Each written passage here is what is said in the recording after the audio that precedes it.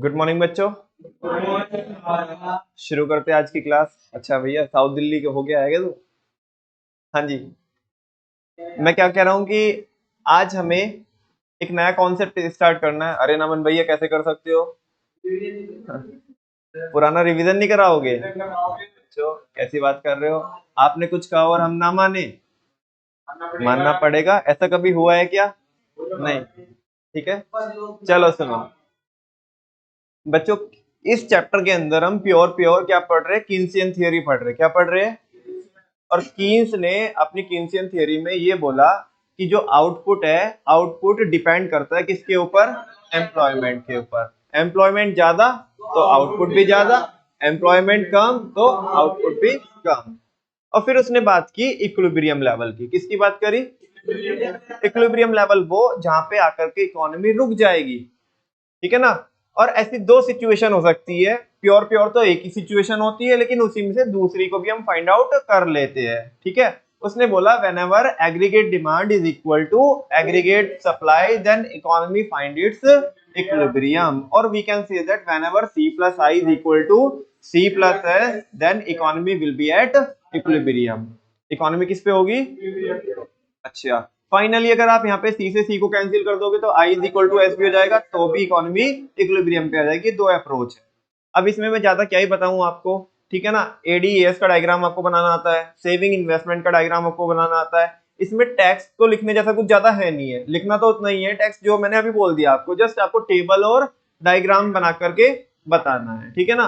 Assumptions हमने इसकी पढ़ी थी, 4 अजम्पशन थी बच्चों। पहला पहला पॉइंट ऑफ अजम्पशन एक तो ये 2 सेक्टर मॉडल में ही एप्लीकेबल होगा। दूसरा प्राइस क्या रहने वाले हैं? कांस्टेंट रहने वाले हैं। तीसरा इन्वेस्टमेंट क्या है? ऑटोनोमस है।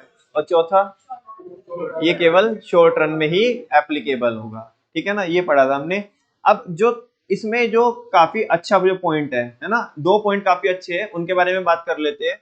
एक तो बात करते हैं प्रिंसिपल ऑफ इफेक्टिव डिमांड की। ये क्या है? बस क्वेश्चन ही अच्छा है, आंसर तो भाई आते हैं। ठीक है ना? क्वेश्चन ही समझता आना चाहिए आपको कि प्रिंसिपल ऑफ इफेक्टिव डिमांड क्या होता है। प्रिंसिपल ऑफ इफेक्टिव डिमांड ये होता है कि whenever AD is equal to A है, और सारा कंटेंट वही छापना है आपको, बस क्वेश्चन का पता होना चाहिए।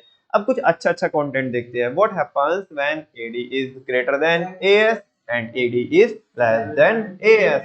What happens when S is greater than I and S is less than I? ये 4 सिचुएशन है जो काफी अच्छी है। अब मुझे पक्का पक्का विश्वास है कि आप तो बताओगे ही। से यस और नो? हाँ तो बोल दो। अरे भैया क्या तुम्हें तो ना उसमें डोरेमोन में भर्ती करवा दिया। उसमें कोई तो रोल मिल जाएगा पागलों जैसा। किसमें मिलेगा? हाँ नहीं बोल दो क्या। एक आंटी आती है तो उसमें क्या रोल मिलेगा हम लोग को? मेरे जैसे करे? जान दो। सुनो सुनो सुनो, चलो ये बताएगा कौन कौन कौन कौन कौन। What happens when AD is greater then? चलो कि नहीं आप बताओ। इसका मतलब चेहरा तो हम सही पढ़ लेते हैं, निशाना सही जगह लगता है कि कहां से ना होगी। अच्छा भैया आप वहीं पे क्यों बोलते हो जहां पे ना होगी? इतने सारे लोग तैयार बैठे थे बताने के लिए, वहां तो नहीं बोलते। चलो अब जहां से हाँ होगी वहां से पूछ लेते हैं। वर्मा जी आप बताओ। हाँ। ये तो गड़बड़ कर दिया आपने, मतलब चेहरे पे एक्सप्रेशन कुछ और दिए, अंदर से कुछ और। हाँ जी। हम्म। तो पहले तो वो आउटपुट ज्यादा करेंगे, एम्प्लॉयमेंट होगा क्या? पहले तो मुझे ये बताओ, एग्रीगेट डिमांड ज्यादा हो रही है एग्रीगेट सप्लाई से? हाँ, तो इसका मतलब जो हमारी जो प्लान्ड इन्वेंट्री है उस पे बताओ, उस पे क्या वो कम हो जा रही है जरूरत उसकी, लेकिन हो तो फिर क्या करेंगे? एम्प्लॉयमेंट बढ़ा देंगे, इससे आउटपुट बढ़ जाएगा, फाइनली इनकम बढ़ जाएगी। उसकी वाइस वर्सा सिचुएशन बताएगी खुशी। एएस पे डिमांड कम होगी और सप्लाई, यानी कि प्लान्ड इन्वेंट्री हमारी ज्यादा हो रखी होगी, उसको बैलेंस करने के लिए हमें एम्प्लॉयमेंट कम करना पड़ेगा, जिससे आउटपुट कम हो जाएगा और फाइनली हमारी इनकम क्या हो जाएगी। ठीक है ना। अदिति बोल रही है भैया आप हमें कैसे भूल सकते हो। नहीं नहीं नहीं नहीं, मुझे पता चल गया आप ये बोलना चाहते हो। कह रहे भैया हमारे से भी तो पूछो ना, हम भी तो बताएंगे। और नालायको, बताओ चलो। What happens when S is greater than I? ये बताओ। सेविंग अगर ग्रेटर होगी I से, इन्वेस्टमेंट से, जैसा AD ज्यादा होता है, देख लो, सोच लो। कौन, अच्छा लिख रखा है कि अगर, मैंने क्या बोला कि अगर सेविंग ग्रेटर होगी किससे, हाँ मैं ये तो बोल रहा हूँ, AD कम होगा। How can you say that. नहीं ऐसे कोई ना होता है, ऐसे कोई जबान लड़ाते हैं, मर्जी मेरी। चलो अगला टॉपिक पढ़ते हैं बच्चों, इक्विलिब्रियम लेवल। मर्जी मेरी हो गया। ये कोई ना, ऐसे कोई ना चलेगा, मेरी मर्जी, ये तो सही बात नहीं है।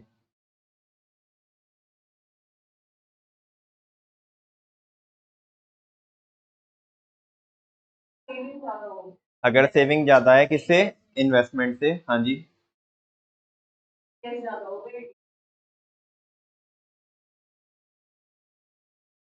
तो AS ज्यादा होगा, आगे बताओ इसमें अब करें क्या हम।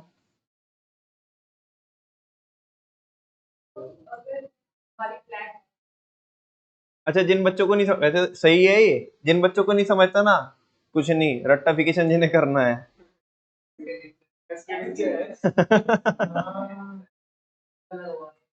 मतलब पहली बार ही बोला मैंने, मुझे भी ऐसा कुछ नहीं आता, लिख दिया तो वैसा पता पड़ गया।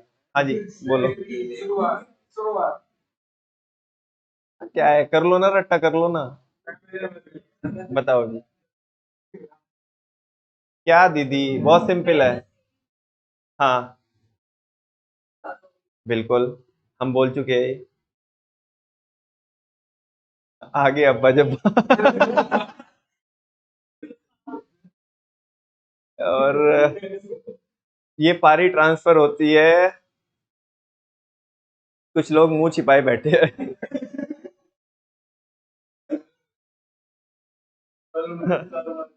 चलो आदमी का आप बताओ।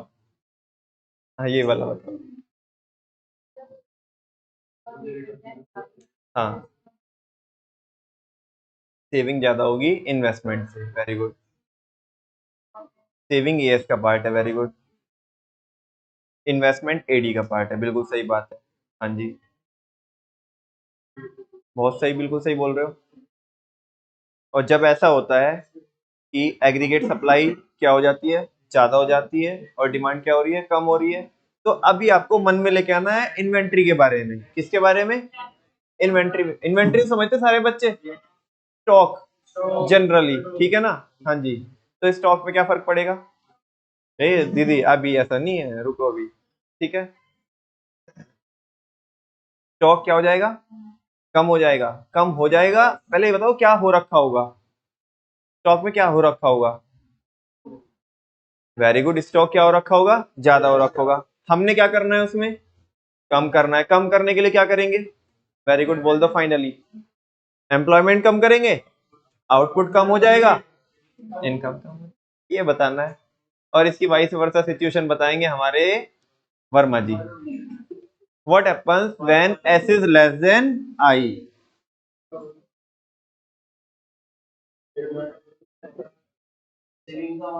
कम हो गई और इन्वेस्टमेंट ज्यादा है, हाँ तो फिर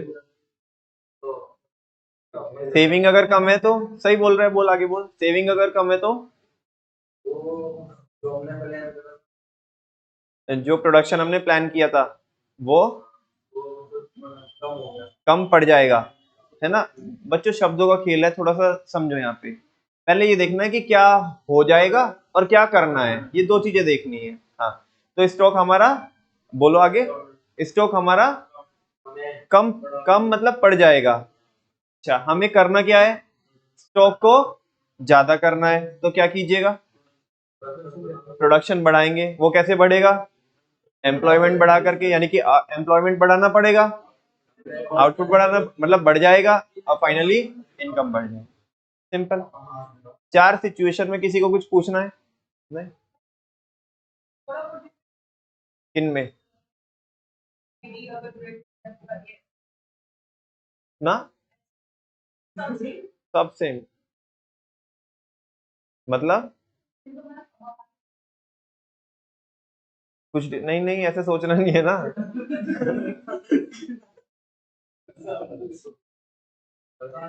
ये तो कल भी मैंने आपको जब मैंने समझाया था तब भी ये बोला था कि बस आपको ना एक बार ही बस ये लेके आना है कि जैसे कुछ भी दिया है, saving is greater than I या I is greater than S, ऐसे दिया है, इसको एक बार ही कहां तक ले आओ, एडी और एस की टर्म्स में ले आओ, आगे का सब सेम है, बस इतना काम करना है आपको। मलिक साहब कुछ पूछना है, देख लो, कुछ पूछते भी नहीं हो और टेस्ट में बहुत कम भी लिखते हो, दोनों चीज तो नहीं हो सकती, या तो समझ में नहीं आ रहा या पूछना नहीं चाहते हो। हाँ, हो जाएगा, इस बार ही टेस्ट में परफॉर्मेंस आनी चाहिए, ठीक है। और ये रिक्वेस्ट नहीं कर रहे हम आपसे, इस बार ही इंस्ट्रक्शन दे रहे हैं हम, ये हाँ ये ऑर्डर है हमारा, ठीक है। आगे सुनो, हाँ फाइनली बच्चों आते एक नए टॉपिक के ऊपर, इक्विलिब्रियम लेवल। कुछ बचपन की याद दिलाता हूं आपको। अच्छा, वैसा भी करना है क्या, भूमिका बनानी है क्या पूरी? चलो बच्चों, ये टेबल को कभी देखा है आपने? हाँ बोलो ना, हाँ, अरे बोलो ना, हाँ बचपन में देखा होगा, कब देखा होगा, जब आप नन्हे मुन्ने और जब ऐसे एक दूसरे की पेंसिल छीना करते थे, है ना, और फिर एक बच्चा बोलता नमन भैया, नमन भैया इसने हमारी पेंसिल छीन ली, हमारी वापस दिला दो। ठीक है ना, तो उसके बाद भी सरवाइव कर रहा है। तो मैं भी तो मैंने क्या कुछ बोला, मैं तो ये बोल रहा हूँ कि उसके बाद भी सरवाइव कर रहा है, मतलब ऐसा ना बच्चों की कोई चीज छीन जाए, खैर जैसे तूने तो बोला कि तेरी तो काट ली।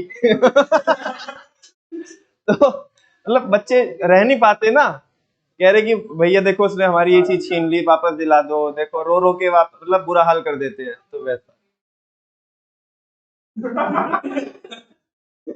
चलो सुनो भाई सुनो, कह रहे भैया ये तो हमारी स्ट्रेटेजी है क्लास को घलाने की, ऐसे ही तुम अपने टॉपिक पे फोकस करो। सुनो, हाँ जी बच्चों एक बात बताओ मेरे को, इस टेबल में इक्विलिब्रियम कहाँ पे आ रहा है, जस्ट ये बता दो, दोनों ही अप्रोच से बता दो। और जब जब इनकम हमारी कितनी हो रखी है, 400 रखी है, तो ये हमारा इक्विलिब्रियम हमारा, और ऐसा हम किस बेसिस पे बोल रहे हैं, एडी एएस अप्रोच के बेसिस पे बोल रहे हैं, और एडी एएस अप्रोच के बेसिस पे बोल रहे हैं, और सेविंग और इन्वेस्टमेंट अप्रोच बेसिस पे बोल रहे हैं, ऐसा, ठीक है। अब जो बोल रहा हूं ये ध्यान से सुनना बच्चों, कुछ तो थे ट्रेडिशनल इकोनॉमिस्ट, कुछ तो थे ट्रेडिशनल इकोनॉमिस्ट, और कुछ थे मॉडर्न इकोनॉमिस्ट, और दोनों जो क्लास थी, दोनों क्लास की सोच में बड़ा डिफरेंस था। जो ट्रेडिशनल इकोनॉमिस्ट थे वो ये बोलते थे कि जब भी इकोनॉमी इक्विलिब्रियम पे आएगी तो इकोनॉमी इक्विलिब्रियम पे केवल फुल एम्प्लॉयमेंट लेवल पे होगी, किस पे होगी? अब बच्चों जो कॉन्सेप्ट चल रहे थे उनके साथ हम एक कॉन्सेप्ट को और जोड़ रहे हैं, और बचपन की याद में आपको ये भी दिलाना चाहूंगा, जब हमने पिछले चैप्टर में एम्प्लॉयमेंट और अनएम्प्लॉयमेंट के बारे में पढ़ा था, जहां पे वॉलंटरी और इनवॉलंटरी अनएम्प्लॉयमेंट के बारे में भी हमने पढ़ा था, ध्यान से सुनना। जो ट्रेडिशनल मतलब पुराने इकोनॉमिस्ट थे उन्होंने ये बोला कि इकोनॉमी जब इक्विलिब्रियम पे होगी तो इक्विलिब्रियम पे होने का मतलब है कि पक्का पक्का इकोनॉमी के अंदर फुल एम्प्लॉयमेंट होगा, क्या होगा, यानी कि क्या होगा, इकोनॉमी इक्विलिब्रियम पे आने का मतलब है कि वो सारे लोग जो काम करना चाहते हैं, काम करने के और उस रेट पे करना चाहते हैं जो रेट मार्केट में उन सभी लोगों को क्या मिल रहा है? काम मिल रहा है। यानी कि इकोनॉमी का इक्विलिब्रियम आने का मतलब है कि फुल एम्प्लॉयमेंट। और यह ऐसे बोलो कि उनका मानना ये था कि इकोनॉमी इक्विलिब्रियम पे आएगी ही किस पर? फुल एम्प्लॉयमेंट पर। जबकि जो मॉडर्न इकोनॉमिस्ट थे वो इस व्यू से, है ना, क्या थे? बिल्कुल ऑल टुगेदर डिफरेंट डायरेक्शन में जा रहे थे। वो कह रहे थे नहीं नहीं, ऐसा पॉसिबल नहीं है। और जो मॉडर्न वाले थे वो सही बोल रहे थे, ठीक है ना? उसका मैं आपको जस्टिफिकेशन भी दूंगा अभी। सुनो, उन्होंने बोला कि ऐसा जरूरी नहीं है कि इकोनॉमी किस पे आ जाए? इक्विलिब्रियम पे आ जाए। किस पे आ जाए? यानी कि AD is equal to AS हो जाए, और वो भी किस पर? फुल एम्प्लॉयमेंट पर। ऐसा जरूरी नहीं है। इकोनॉमी अंडर फुल एम्प्लॉयमेंट पे भी इक्विलिब्रियम पे आ सकती है जैन साहब, और इकोनॉमी ओवर फुल पे भी आ सकती है, और फुल एम्प्लॉयमेंट पे भी आ सकती है। और फुल एम्प्लॉयमेंट पे तो बहुत क्या होगा? रेयर होगा। क्या होगा? रेयर होगा। बिकॉज ये तो एक इत्तेफाक होगा, जस्ट कोइंसिडेंस होगा कि हमारी इकोनॉमी इक्विलिब्रियम पे भी आ गई और क्या भी है? फुल एम्प्लॉयमेंट भी है। नमन भैया कुछ भी समझ में नहीं आ रहा, आप क्या बोल रहे हो? मैं समझाता हूँ बच्चों, मुझे भी पता है कि मैं क्या बोल रहा हूँ और आपको कितना समझ में आ रहा है और कितना समझ में नहीं आ रहा है, बिकॉज ये टेक्निकल टॉपिक है। टेबल पे आओ सीधा। मैंने ना एक कॉलम को तो हमेशा से शहीद ही करके रखा था इसमें, एम्प्लॉयमेंट को। आज तक मैंने इसकी कभी भी बात नहीं की, आज करता हूँ इसकी बात। मुझे बताओ, ध्यान से सुनना, सारे बच्चों को समझ में आएगी, बस जस्ट आपका फोकस यहाँ पे रहे, ठीक है? इकोनॉमी का इक्विलिब्रियम आया है 400 की इनकम लेवल पे, यानी कि वहां पे AD is equal to AS हो जा रही है। मैं आपसे पूछना चाहता हूं कि इकोनॉमी में इक्विलिब्रियम तो है, लेकिन अगर इक्विलिब्रियम पे मैं रोजगार की बात करूं तो कितने लोगों को रोजगार मिल रहा है? 40 लोगों को। कितने लोगों को रोजगार मिल रहा है? और जबकि इकोनॉमी में तो लेट सपोज यहाँ पे जो मेरे को टेबल में दिखाई पड़ रहा है, मेरे को टेबल में जो दिखाई पड़ रहा है, या इसके बाहर भी जा सकते हैं। फिलहाल पहले मैं टेबल की बात करता हूँ। एटलीस्ट इकोनॉमी के अंदर, हमारी कंट्री के अंदर 60 लोग तो है ना, ये टेबल से मेरे को पता पड़ रहा है। हाँ बोलो ना। और पॉसिबिलिटी ये भी हो सकती है कि 60 से ज्यादा भी लोग हो सकते हैं, पॉपुलेशन ज्यादा भी हो सकती है। लेकिन इकोनॉमी इक्विलिब्रियम पे कहां पे आ गई?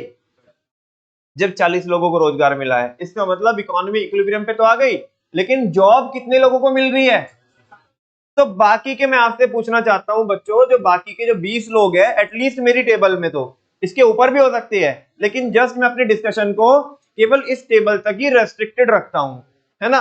बाकी जो बचे हुए बच्चों 20 लोग हैं, मैं आपसे पूछना चाहता हूं, क्या उन्हें रोजगार मिल रहा होगा या वो बेरोजगार होंगे? और बेरोजगार भी वॉलंटरी होंगे या इनवॉलंटरी होंगे? वॉलंटरी नहीं होंगे, इनवॉलंटरी होंगे, अपनी इच्छा के अगेंस्ट होंगे। काम तो करना चाहते हैं, काम करने के लायक भी है, और उस रेट पे करना चाहते हैं जो रेट मार्केट में चल रहा है, लेकिन फिर भी उन्हें काम नहीं मिल रहा है। हाँ बोलो ना। बिकॉज इकोनॉमी किस पे आ गई? इक्विलिब्रियम पे आ गई। अब एक बच्चे ने हमारे ऊपर दागा सवाल, आप बताओ कैसे नहीं मिल रहा है काम? इकोनॉमी अगर इक्विलिब्रियम पे आ गई और 40 लोगों को रोजगार मिल रहा है, तो बाकी वो 20 लोगों को आप कैसे कह सकते हो? How can you say that कि इन 20 लोगों को क्या नहीं मिल रहा है?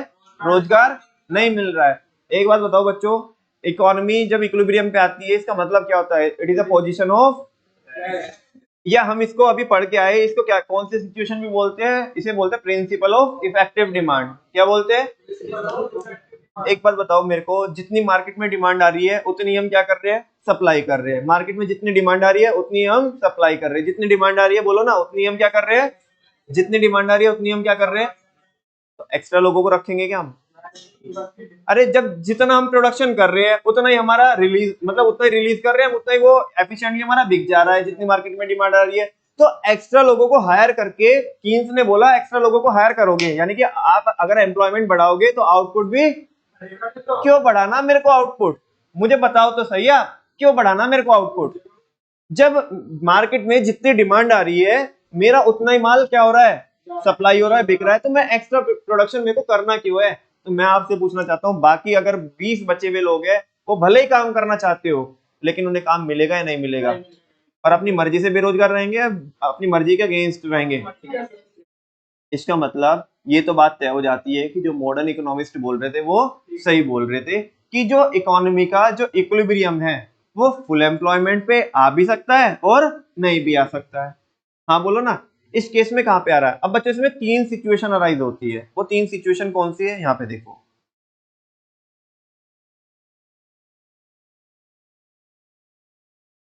इक्विलिब्रियम लेवल, तीन सिचुएशन है हमारी ये वाली।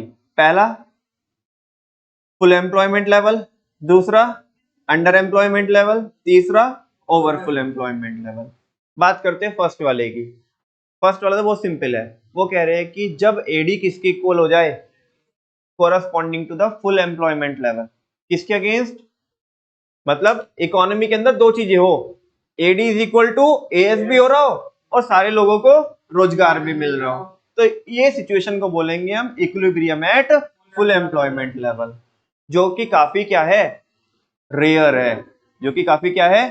आप मुझे बताओ, ऐसा तो कभी कभी इत्तेफाक होगा ना कि हमारी इकोनॉमी किस पे भी आ गई। पहली बात तो डिमांड और सप्लाई को मैच कराना बहुत मुश्किल काम, बहुत मुश्किल। चलो मैच कर दिया तो उसे रोके रखना बहुत मुश्किल, बिकॉज कॉन्टिन्यूसली क्या हो रहे हैं, चेंजेस हो रहे हैं। और उसके साथ में फिर किसको मैच करना कि जितने इकोनॉमी के अंदर क्या है, लोग हैं काम करने वाले, उन सबको क्या देना, उसी एम्प्लॉयमेंट लेवल पे क्या देना, रोजगार देना। तो ये तो काफी क्या होगा बच्चों, रेयर होगा। एक टाइप से इत्तेफाक ही हो सकता है, और कभी मतलब इत्तेफाक भी इतना रेयर है कि बहुत ना के बराबर होगा। समझा क्या आपको? तो आमतौर पे जो इकोनॉमी का इक्विलिब्रियम निकलेगा वो या तो सेकंड वाली सिचुएशन में निकलेगा या थर्ड वाली सिचुएशन। थर्ड वाली भी बहुत वाहियात किस्म की है, अक्सर ये रहता है जो सेकंड वाली है, under employment level. Under employment level पे अगर इक्विलिब्रियम निकलता है तो इसका मतलब क्या है बच्चों कि AD is equal to AS है, corresponding to the underemployment level. मतलब अंडर एम्प्लॉयमेंट का मतलब है एक्चुअल में काम करने वाले लोग ज्यादा है, लेकिन हमारी इकोनॉमी पहले ही क्या हो गई, इक्विलिब्रियम पे आ गई, और बाकी जो बचे हुए लोग हैं वो क्या हो गए, बेरोजगार हो गए, जैसा मेरी उस टेबल में हो रहा है। हाँ बोलो ना। अच्छा, इकोनॉमी तो इक्विलिब्रियम पे आना है, हाँ बोलो ना। इकोनॉमी को तो इक्विलिब्रियम पे आना है, और इक्विलिब्रियम पे आने का मतलब क्या है, एडी इज इक्वल टू क्या हो जाए बच्चों, एएस हो जाए। ये तो अपना क्या है, एएस है, हाँ बोलो ना। और ये अपनी क्या है, एडी है, और ये यहाँ पे क्या कर गई, इंटरसेक्ट कर गई। हाँ ना यार जल्दी।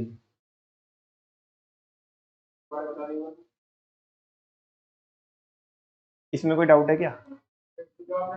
यही तो, इसमें कोई डाउट है क्या? बस मैंने क्या बोला कि एएस क्या है, 45 डिग्री पे जाती है, वो एएस की लाइन है, वो एडी की लाइन है, दोनों इंटरसेक्ट कर गई तो क्या हो गया, इक्विलिब्रियम। अब ध्यान से सुनो, यहाँ पे हम ले रहे हैं बच्चों इनकम और एम्प्लॉयमेंट। क्या ले रहे हैं, एम्प्लॉयमेंट। ये ध्यान से समझना बच्चों मैं क्या बोल रहा हूँ।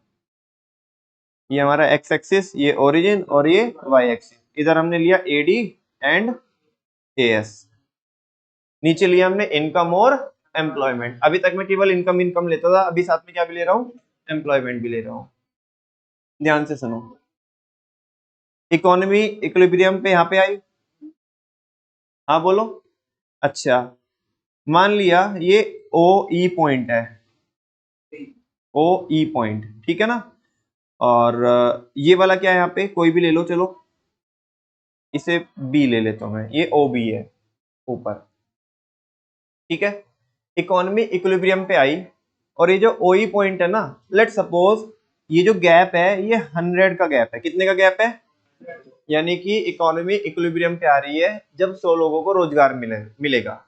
जब 100 लोगों को, 60 ही लोग हैं हमारे यहाँ पे, तो ओवरऑल काम ही करने वाले कितने लोग हैं, तो इकोनॉमी इक्विलिब्रियम पे आ रही है ओवर फुल एम्प्लॉयमेंट लेवल पर। किस पर, एक तो है फुल एम्प्लॉयमेंट लेवल कि AD is equal to AS हो जा रहा है और सारे लोगों को काम मिल रहा है।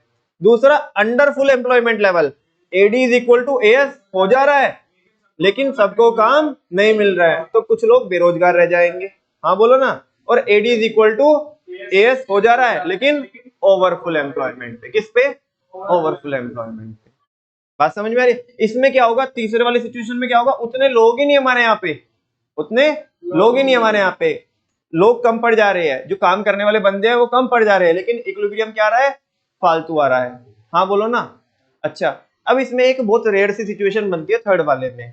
फिलहाल आप क्या देखो, जनरली देखो, जनरली क्या है, तीन सिचुएशन बनी हमारी, एक तो इक्विलिब्रियम किस पे, फुल एम्प्लॉयमेंट पे, दूसरा अंडर फुल पे, और तीसरा ओवर फुल पे।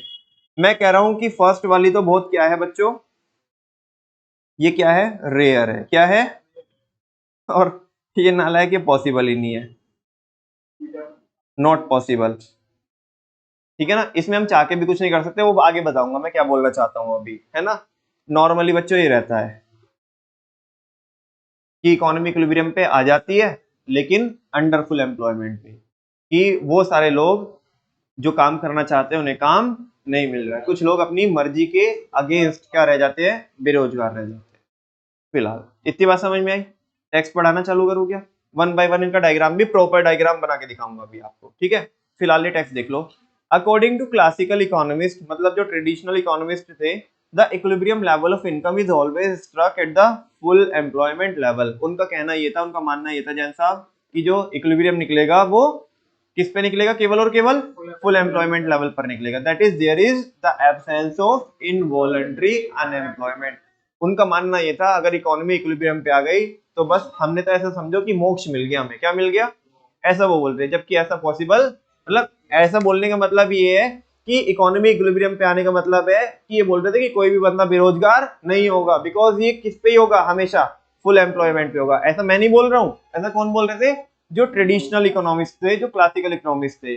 लेकिन however as per the Keynesian theory, लेकिन कीन्स ने, ये मॉडर्न इकोनॉमिस्ट में आता है कीन्स, ठीक है ना, तो कीन्स ने क्या बोला, equilibrium level can be achieved at, equilibrium level को हम अचीव कर सकते हैं फुल एम्प्लॉयमेंट लेवल पर भी, अंडर एम्प्लॉयमेंट लेवल पर भी, और ओवर फुल एम्प्लॉयमेंट लेवल पर भी। ठीक है ना, हालांकि जिसमें से कि पहले वाली और थर्ड वाली सिचुएशन काफी, मतलब पहले वाली तो रेयर है और तीसरे वाली ये मतलब उसमें मैं ऐसा बोला, मैंने ये भी बोला था साथ में कि ऐसा कि ये पॉसिबल नहीं है, इसमें क्या चीज पॉसिबल नहीं है वो मैं वहीं पे बताऊंगा, ठीक है ना। अभी नॉर्मल नॉर्मल समझा रहा हूँ, क्योंकि अगर मैं अभी बता दूंगा तो फिर वो मैशअप हो जाएगा, आज ही की क्लास में हो जाएगा ये, है ना। लेकिन अभी वन बाय वन पहले इनको डाइजेस्ट कर लो, देन थर्ड वाली हेडिंग पे आएंगे हम, ठीक है ना। अच्छा, जो अंडर एम्प्लॉयमेंट लेवल लिखा है उसके बगल में देखना आप क्या भी लिखा है बच्चों, less than full employment level.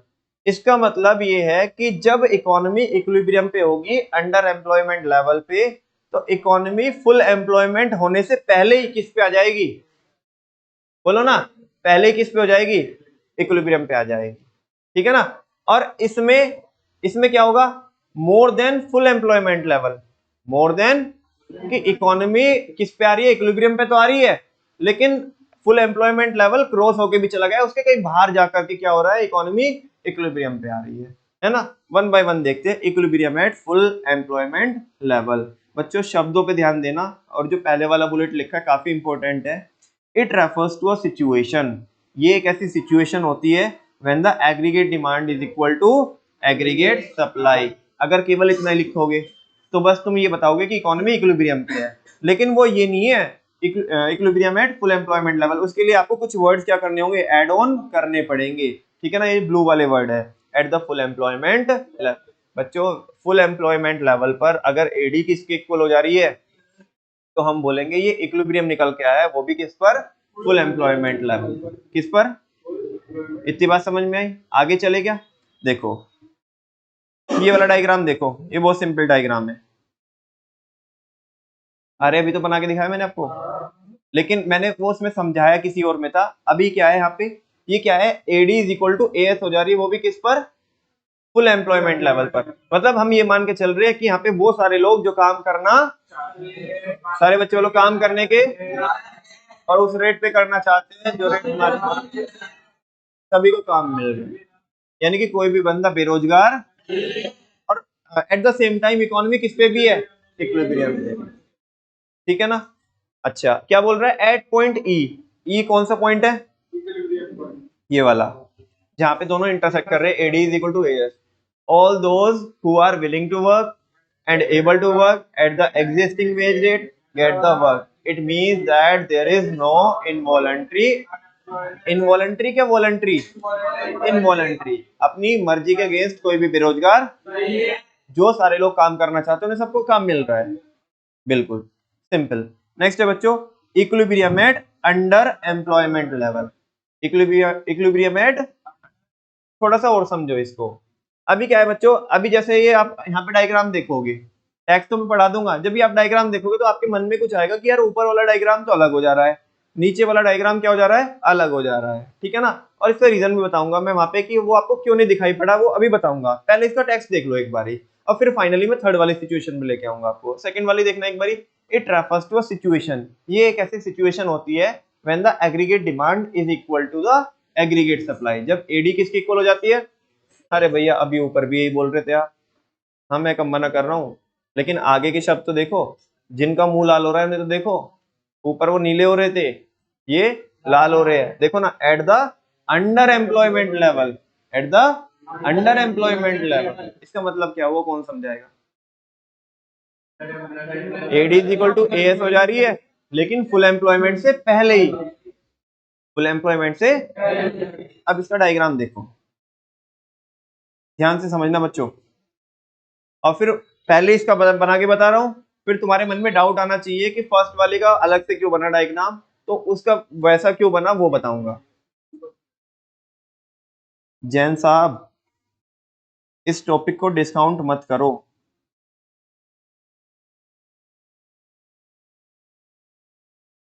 AD and as, इधर इनकम स्लैश एम्प्लॉयमेंट, एएस की लाइन बताओ कहां से? 90 डिग्री के एंगल पे,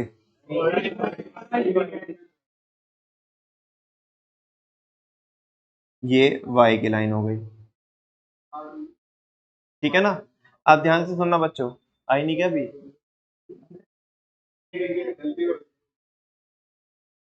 कितना परेशान किया है इसने हमें।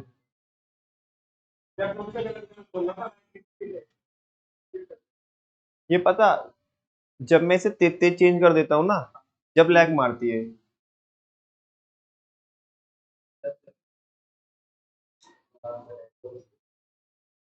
चलो अब बच्चों सुनो, ये एडी की लाइन है हमारी, किसकी लाइन है?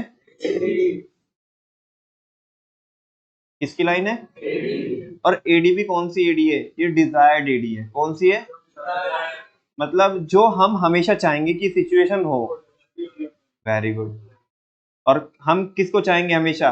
फुल एम्प्लॉयमेंट को, भाई वही सबसे बेस्ट एंड बेस्ट सिचुएशन है। अच्छा तो बच्चों ये जो इक्विलिब्रियम आएगा, ध्यान से देखना, ये जो इक्विलिब्रियम आएगा ई पॉइंट पर, ये होगा equilibrium at full employment level. लेकिन कल भी तो हम बात कर रहे थे कि जिंदगी में हम जिसे चाहते, मतलब जिंदगी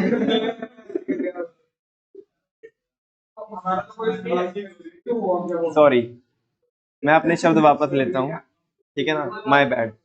सुनो, जिंदगी में हम जो चाहते हैं वो जरूरी कोई ना है कि वो मिले, हम चाहते तो किसको है? इस लेवल को। लेकिन हमें जो देखो, जो एडी की लाइन है वो ये नहीं आई, जो एक्चुअल एडी है बच्चों, एक्चुअल एडी, वो एक्चुअल एडी ऐसे आ रही है। कैसे? ऐसे, ये हमारी एक्चुअल एडी, ये थी हमारी डिजायर्ड एडी। कौन सी थी? डिजायर्ड एडी, जिसको हम चाहते थे, लेकिन एक्चुअल में एडी आई है। मुझे बताओ क्या नीचे वाले, जब एडी जो एक्चुअल में जो एडी हो रही है, हाँ बोलो ना, क्या यहाँ पे ये कहीं ना कहीं इक्विलिब्रियम नहीं बना के दे रही? कहाँ पे बना के दे रही है बताना? इस पॉइंट पे। भाई इक्विलिब्रियम की सिचुएशन क्या है? AD is equal to AS होना चाहिए। हो रहा है कि नहीं हो रहा है? लेकिन हो रहा है अंडर फुल पे।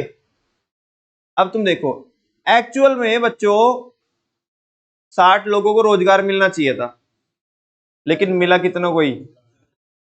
40 को। भाइयों बहनों मैं आपसे पूछना चाहता हूं, ये जो गैप है, ये जो गैप है कितने का? 20 का। ये किन लोगों का है? ये 27 लोगों का है। किसका है? और ये आपको आमतौर पर ऐसे गाना गाते मिल जाएंगे, ना छेड़ो हमें हम सताए। ठीक है ना आगे? हाँ, बहुत जख्म सीने पे खाए हुए। काम नहीं मिल रहा ना, बिकॉज काम करना, बोलो ना, काम करना, काम करने के उस रेट पे करना चाहते हैं इकोनॉमी इक्विलिब्रियम पे आ गई है और कोई भी प्रोड्यूसर, कोई भी सप्लायर प्रोडक्शन का लेवल बढ़ाना नहीं चाहता, तो इनको सीने पे जख्म खाने पड़ रहे हैं और दर दर की ठोकरें खानी पड़ रही है। 20 लोगों को रोजगार नहीं मिल रहा। समझा ना? ये जो गैप है ये इनवॉलंटरी अनएम्प्लॉयमेंट का गैप है। किसका गैप है बच्चों? इनवॉलंटरी। नमन भैया चलो यार ये ठीक है, रट्टाफिकेशन तो चल रहा है सब। बोले कैसे रट्टाफिकेशन? नहीं नहीं, बोले कैसे तुम रट्टाफिकेशन? नहीं बता रहे भैया, हम बता रहे हैं अभी, आप सुनो, आपके कान से खून बहेगा। आपने ऊपर वाला जो डायग्राम बनाया उसमें तो सिंपल डायग्राम बनाया आपने, उसमें तो ऐसा कुछ ये रायता फैलाया नहीं कि ये एक्चुअल एडी डिजायर्ड एडी। सुनो ना,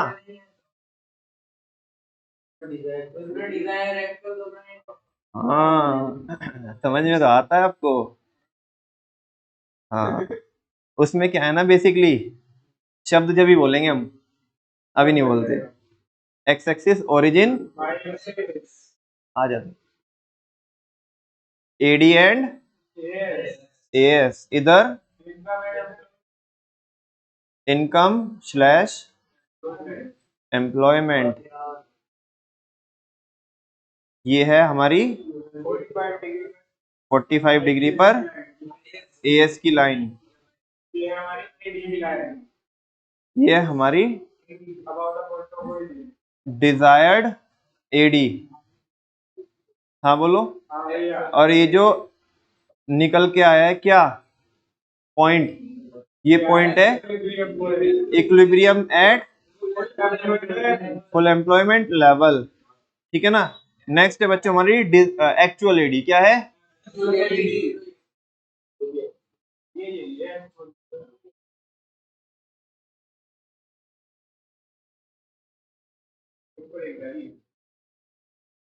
फुल एम्प्लॉयमेंट लेवल पे डिजायर्ड एडी और एक्चुअल एडी क्या कर जाती है? ओवरलैप कर जाती है। क्या कर जाती है? जिसकी वजह से आपको डिजायर्ड एडी दिखाई नहीं पड़ती है। ऊपर वाली दिखाई पड़ेगी ना, अरे पहले वो ऑरेंज थी, अभी वो क्या हो गई? रेड हो गई, तो नीचे वाली दिख रही है क्या?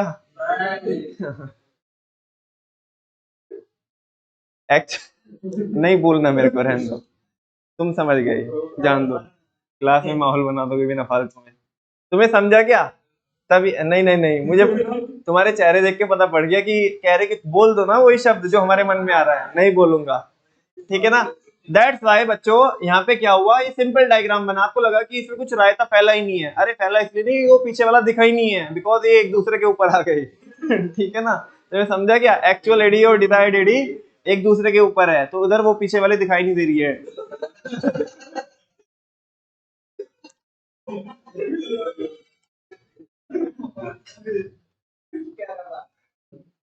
तुम्हें समझा क्या? नहीं नहीं नहीं, इसके भैया एक बार तो हम बता दे थ्योरेटिकली, दूसरी बार बता दे प्रैक्टिकली। अब प्रैक्टिकली अगर बैच के बाहर मिले, बैच ओवर हो जाएगा तो बाद में मिले, जब बताएंगे हम तो प्रैक्टिकल करके। इधर देखो नलायक हो, इधर देखो यहाँ पे। हाँ जी, तो इस केस में 60 लोग करना चाहते थे, 60 लोग काम करना चाहते थे, 60 लोगों को काम मिल रहा है फाइनली। समझा क्या? तो आधों की नींद खुल गई, आधे ऐसे उड़ते, अरे भाई बस तो जाए हम। ठीक है ना? कितनी नींद खुली तुम्हारी। चलो फाइनली इसका टेक्स्ट पढ़े क्या? एक बार पढ़ के देखोगे? पहले डायग्राम देख लो, सेम है ना? कोई डाउट है क्या?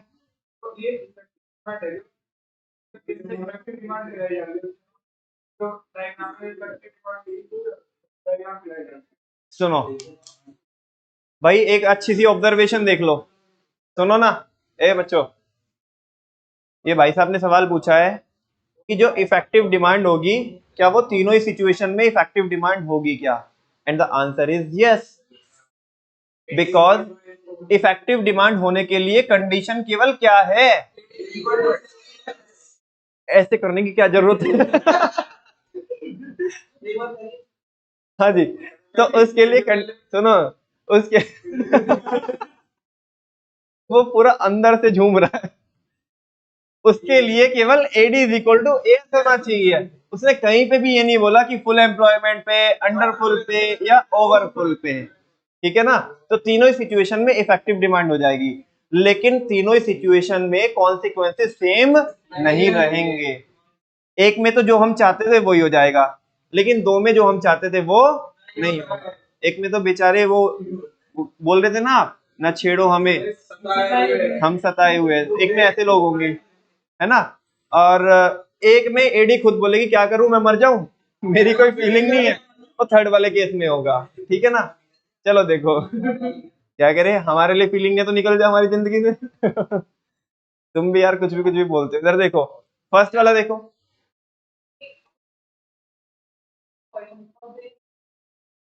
फर्क होता है, simple. Equilibrium is achieved when AD is equal to AS and the break even is achieved when C is equal to Y। हाँ बोलो ना। जब AD की लाइन इनकम की लाइन को काटती है, इंटरसेक्ट करती है, तो क्या आता है, इक्विलिब्रियम आता है। AD की लाइन, जब AD की लाइन के बजाय कंजप्शन की लाइन AS की लाइन को यानी कि Y की लाइन को काटे, तो ब्रेक इवन आता है। समझा क्या। ब्रेक इवन अचीव होता है C और Y की टर्म्स में, जबकि इक्विलिब्रियम अचीव होता है AD और AS की टर्म्स में। यस और नो। चलो फर्स्ट वाला बुलेट पढ़ो भाई बच्चों। अरे पढ़ तो दिया नमन भैया, अरे एक बार पढ़ लो ना, तुम्हारा कुछ जाता है क्या।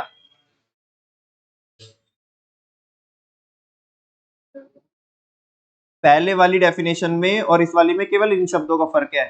वहां पे फुल एम्प्लॉयमेंट लिखा था, यहाँ पे लिखा है अंडर एम्प्लॉयमेंट लेवल। दूसरा बहुत आसान है, सारे बच्चे कह रहे हैं कि समझ में आ गया। It occurs prior to the, इसने हमें रास्ते में रोक लिया, गए तो कहीं और, जाना तो कहीं और था, लेकिन मकसद नहीं है कहीं और था। पहले ही पूरा हो गया, मतलब AD is equal to S पहले ही हो गई। क्या बोल रहा है, it occurs prior to the full employment level. ये किससे पहले ही हो जाता है, फुल एम्प्लॉयमेंट लेवल से पहले हो जाता है। At point E0। E0 कौन सा पॉइंट है, फुल वाला है कि अंडर फुल वाला है, अंडर फुल वाला है। At point E0 all those who are willing to work, जो लोग काम करना चाहते हैं, एंड एबल टू वर्क, काम करने के, at the existing wage rate, किस पे, एग्जिस्टिंग वेज रेट पे, डोंट गेट द वर्क, उन सारे लोगों को क्या नहीं मिल रहा है, काम नहीं मिल रहा है। इट मीन्स दैट, ए सुनना इधर, it means that there is involuntary unemployment. इसका मतलब इकोनॉमी के अंदर क्या है, इनवॉलंटरी अनएम्प्लॉयमेंट है। तीसरे वाले का डायग्राम बना के दिखाओगे क्या, या मैं बना के दिखाऊं। चलो आपकी कॉपी में बनाओ आप डायग्राम। क्या करवा लिया वर्मा जी ये, हाँ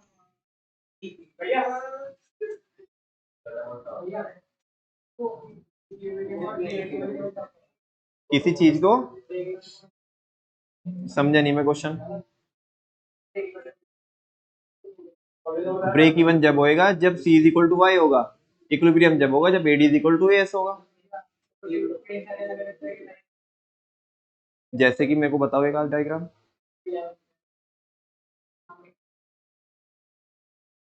मतलब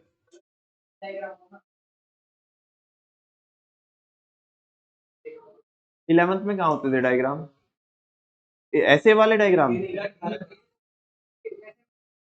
हाँ हाँ देखो ब्रेक इवन जैसे क्या है, ब्रेक इवन जब हम मैक्रो इकोनॉमिक्स में बात कर रहे हैं, तो ब्रेक इवन की मैक्रो इकोनॉमिक्स में हम कंजप्शन की और इनकम की बात करते हैं। जब हम बिजनेस स्टडीज में ब्रेक इवन की बात करते हैं, है ना, कि किसी बिजनेस में ब्रेक इवन आने का मतलब है, या तुम माइक्रो में पढ़ते थे बच्चों, माइक्रो में ब्रेक इवन पॉइंट पढ़ते होंगे, शट डाउन पॉइंट पढ़ते होंगे, है ना। तो वहां पे ब्रेक इवन का मतलब है जब तुम्हारा टोटल रेवेन्यू किसके इक्वल हो जाए, टोटल कॉस्ट के इक्वल हो जाए, तो वो क्या होता था, ब्रेक इवन पॉइंट होता था, है ना। तो ब्रेक इवन का, जैसे मैं अभी भी, मेरे को कोई पूछ रहा था, आई थिंक बिजनेस वाले बैच में पूछ रहा था क्या कोई, मैं किसकी बात कर रहा था, हाँ ब्रेक इवन की बात कर रहा था। हाँ तो मैंने अभी थोड़ी देर पहले जवाब दिया था कि बच्चों जो ब्रेक इवन कॉन्सेप्ट है ना, ये ब्रेक इवन कॉन्सेप्ट ये लिमिटेड नहीं है, इसका स्कोप बहुत वाइडर है, और ये अलग अलग कंटेक्स्ट में क्या होता है, यूज होता है। जैसे हम यहाँ पे ब्रेक इवन को पढ़ रहे हैं इनकम और कंजप्शन की टर्म्स में, ठीक है ना। हम माइक्रो में पढ़ते थे रेवेन्यू और कॉस्ट की टर्म्स में, कि ब्रेक इवन जब अचीव होता था जब TR इज इक्वल टू क्या हो जाए, TC हो जाए, या AR is equal to AC हो जाए। अभी जब हम बिजनेस स्टडीज में पढ़ेंगे ब्रेक इवन पॉइंट कंट्रोलिंग में है, कंट्रोलिंग में पढ़ेंगे हम ब्रेक इवन पॉइंट, तो वहां पे पढ़ेंगे हम प्रोडक्शन के पॉइंट ऑफ व्यू से।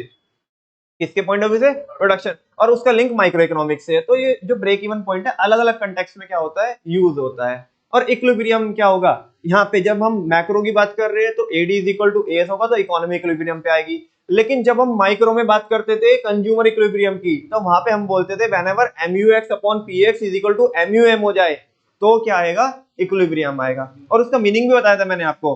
MUX अपॉन PX का मतलब होता है कि कंज्यूमर 1 रुपए को खर्च करके उसे कितने का सेटिस्फेक्शन मिल रहा है, कितने यूटिल्स का सेटिस्फेक्शन मिल रहा है। और MUM का मतलब होता था कि 1 रुपए को खर्च करके कितने यूटिल्स का सेटिस्फेक्शन वो चाहता है।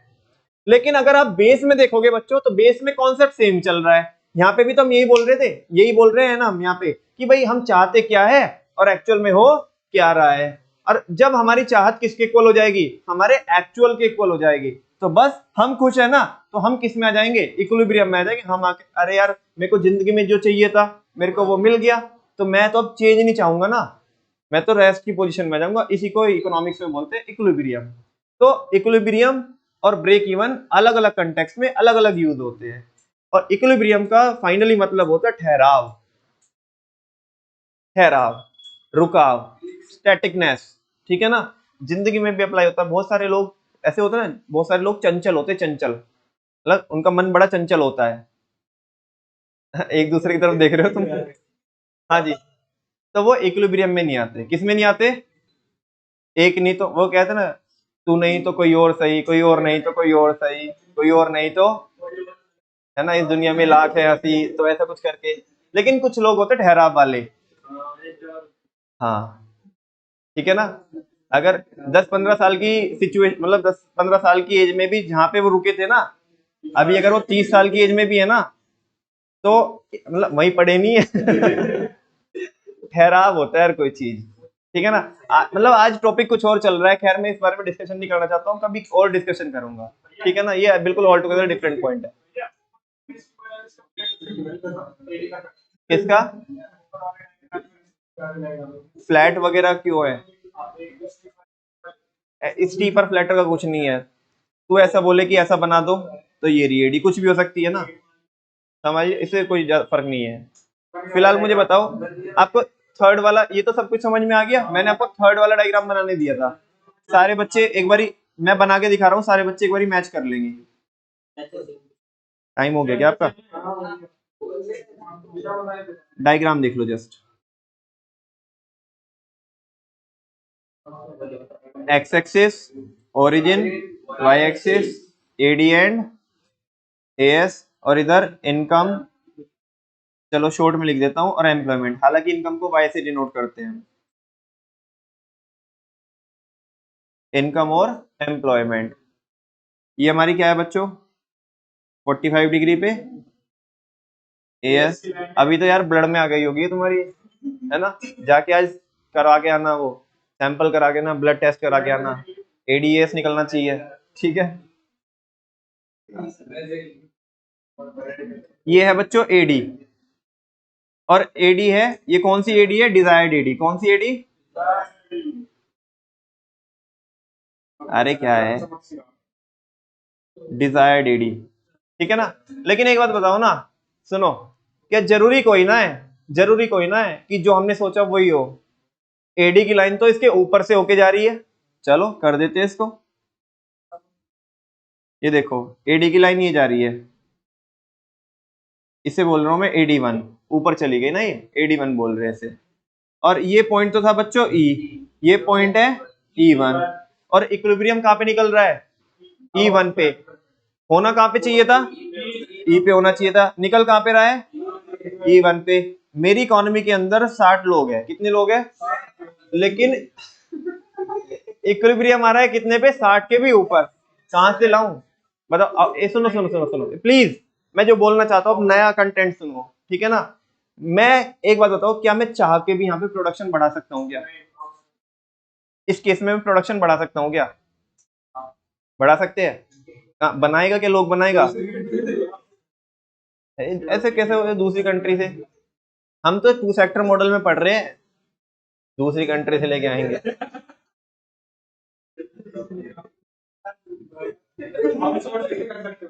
क्या?